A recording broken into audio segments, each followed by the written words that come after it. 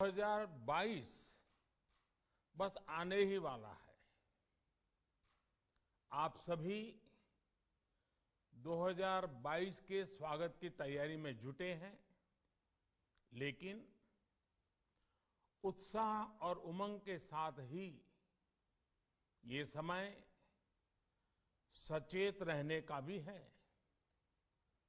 आज दुनिया के कई देशों में कोरोना के नए वेरिएंट ओमिक्रॉन की वजह से संक्रमण बढ़ रहा है।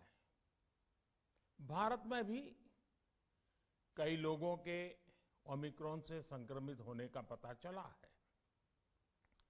मैं आप सभी से आग्रह करूंगा कि पैनिक न करें। हां, सावधान रहें, सतर्क रहें, मास्क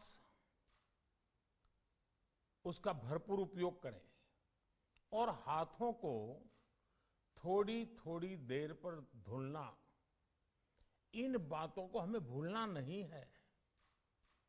आज जब वायरस म्यूटेट हो रहा है तो हमारी चुनौतियों का सामना करने की ताकत और आत्मविश्वास भी मल्टीप्लाई हो रहा है। हमारी इनोवेटिव स्पिरिट भी बढ़ रही है। आज देश के पास 18 लाख आइसोलेशन बेड्स हैं, 5 लाख ऑक्सीजन सपोर्टेड बेड्स हैं, 1,40,000 आईसीयू बेड्स हैं। आईसीयू और नॉन आईसीयू बेड्स को मिला दें तो 90,000 बेड्स विशेष तौर पर बच्चों के लिए भी हैं। आज देश में 3,000 से ज्यादा पीएसए ऑक्सीजन प्लांट्स काम कर रहे हैं। 4 लाख ऑक्सीजन सिलेंडर्स देश भर में दिए गए हैं। राज्यों को जरूरी दवाओं की बफर डोज तैयार करने में सहायता की जा रही है।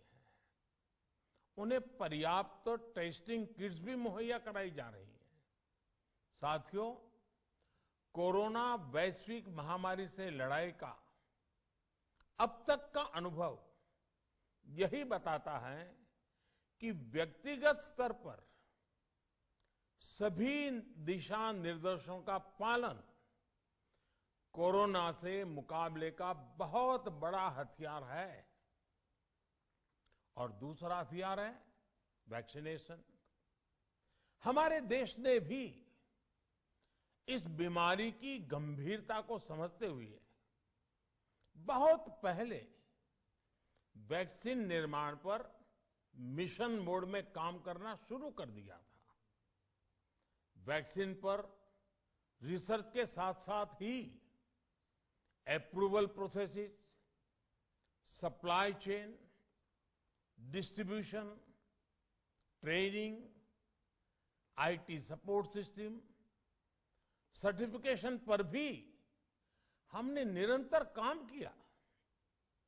इन तैयारियों का ही नतीजा था कि भारत ने इस साल 16 जनवरी से अपने नागरिकों को वैक्सीन देना शुरू कर दिया था। ये देश के सभी नागरिकों का सामूहिक प्रयास और सामूहिक इच्छा शक्ति है कि आज भारत 141 करोड़ वैक्सीन डोज के अभूतपूर्व और बहुत मुश्किल लक्ष्य को पार कर चुका है।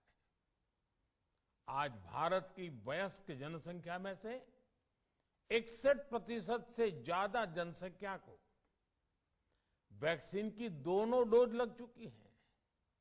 इसी तरह वयस्क जनसंख्या में से लगभग 90% लोगों को वैक्सीन की एक डोज लगाई जा चुकी है। आज हर भारतवासी इस बात पर गर्व करेगा कि हमने दुनिया का सबसे बड़ा, सबसे विस्तारित और कठिन भौगोलिक स्थितियों के बीच इतना सुरक्षित वैक्सीनेशन अभियान चलाया। कई राज्य और विशेष तौर से टूरिज्म की दृष्टि से महत्वपूर्ण राज्य जैसे गोवा, उत्तराखंड, हिमाचल जैसे राज्यों ने 100% सिंगल डोज वैक्सीनेशन का लक्ष्य हासिल कर लिया है। आज देश के दूर सुदूर गांवों में जब 100% वैक्सीनेशन की खबरें आती हैं तो मन को संतोष होता है। यह प्रमाण है हमारे हेल्थ सिस्टम की मजबूती का, हमारी टीम डिलीवरी का,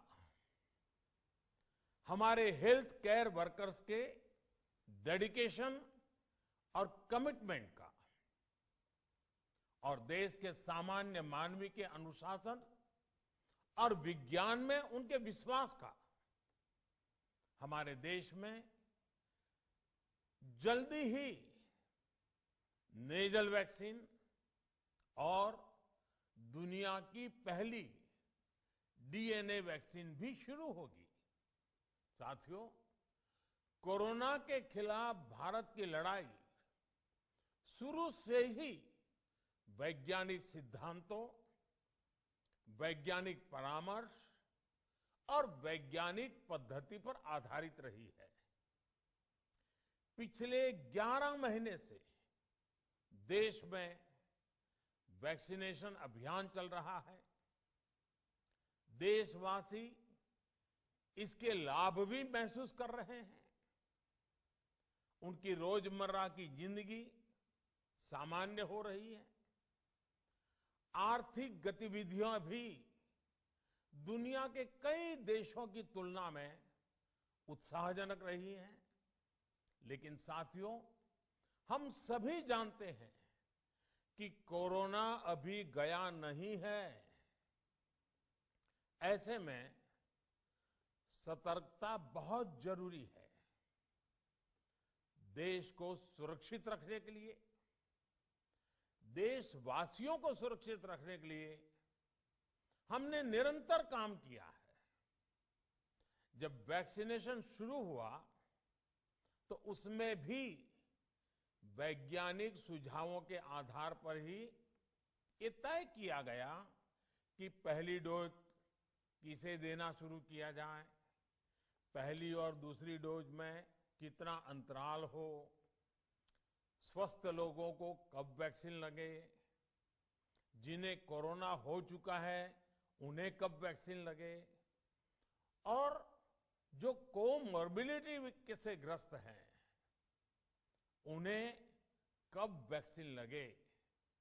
ऐसे निर्णय लगातार किए गए और ये परिस्थितियों को संभालने में काफी मददगार भी साबित हुए हैं।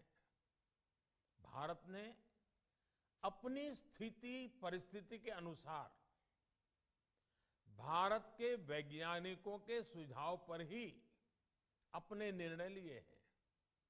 वर्तमान में ओमिक्रॉन की चर्चा जोरों पर चल रही है। विश्व में इसके अनुभव भी अलग अलग है, अनुमान भी अलग अलग है। भारत के वैज्ञानिक भी इस पर पूरी बारीकी से नजर रखे हुए हैं, इस पर काम कर रहे हैं। हमारे वैक्सीनेशन को आज जब 11 महीने पूरे हो चुके हैं तो सारी चीजों का वैज्ञानिकों ने जो अध्ययन किया है और विश्व भर के अनुभवों को देखते हुए आज कुछ निर्णय लिए गए हैं। आज अटल जी का जन्मदिन भी है, क्रिसमस का त्योहार भी है, तो मुझे लगा कि इस निर्णय को आप सबके साथ साझा करना चाहिए। साथियों, 15 साल से 18 साल की आयु के बीच के जो बच्चे हैं, अब उनके लिए देश में वैक्सीनेशन प्रारंभ होगा। 2022 में 3 जनवरी को सोमवार के दिन से इसकी शुरुआत की जाएगी। ये फैसला कोरोना के खिलाफ देश की लड़ाई को तो मजबूत करेगा ही, स्कूल कॉलेजों में जा रहे हमारे बच्चों की और उनके माता पिता की चिंता भी कम करेगा। साथियों, हम सबका अनुभव है कि जो कोरोना वॉरियर्स हैं, हेल्थ केयर और फ्रंटलाइन वर्कर्स हैं, इस लड़ाई में देश को सुरक्षित रखने में उनका बहुत बड़ा योगदान है। वो आज भी कोरोना के मरीजों की सेवा में अपना बहुत समय बिताते हैं। इसलिए प्रिकॉशन की दृष्टि से सरकार ने निर्णय लिया है कि हेल्थ केयर और फ्रंटलाइन वर्कर्स को वैक्सीन की प्रिकॉशन डोज भी प्रारंभ की जाए। इसकी शुरुआत 2022 में 10 जनवरी सोमवार के दिन से की जाएगी। साथियों, कोरोना वैक्सीन का अब तक का ये भी अनुभव है कि जो अधिक आयु वाले हैं और पहले से ही किसी न किसी गंभीर बीमारी से पीड़ित है, उन्हें प्रिकॉशन लेना सलाह योग्य है।